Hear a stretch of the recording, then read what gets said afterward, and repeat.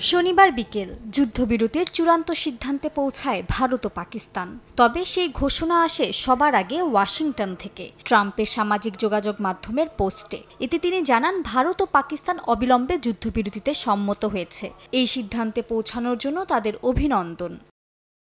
আল জাজিরার প্রতিবেদন অনুযায়ী ট্রাম্পের সামাজিক যোগাযোগ মাধ্যমে আগে কিছু বলে দেওয়ার বিষয়টি নতুন নয়, এটা তার রাজনৈতিক স্বভাব। তবে নয়াদিল্লি ও ইসলামাবাদের মতো পারমাণবিক শক্তিধর দুই দেশের গুরুত্বপূর্ণ সিদ্ধান্ত কেন যুক্তরাষ্ট্রের কাছ থেকে আগে আসবে তা নিয়ে রয়েছে প্রশ্ন।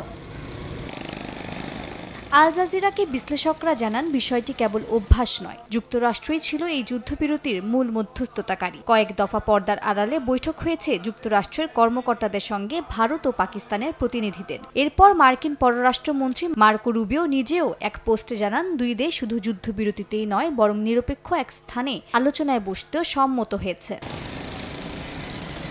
এই ঘোষণার কিছুক্ষণ পরই আনুষ্ঠানিকভাবে দুই দেশের পক্ষ থেকে যুদ্ধবিরতির কথা জানানো হয়। ভারতের পররাষ্ট্র সচিব বিক্রম মিশরি ও পাকিস্তানের পররাষ্ট্রমন্ত্রী ইসহাক দার যুদ্ধবিরতির ঘোষণা দেন।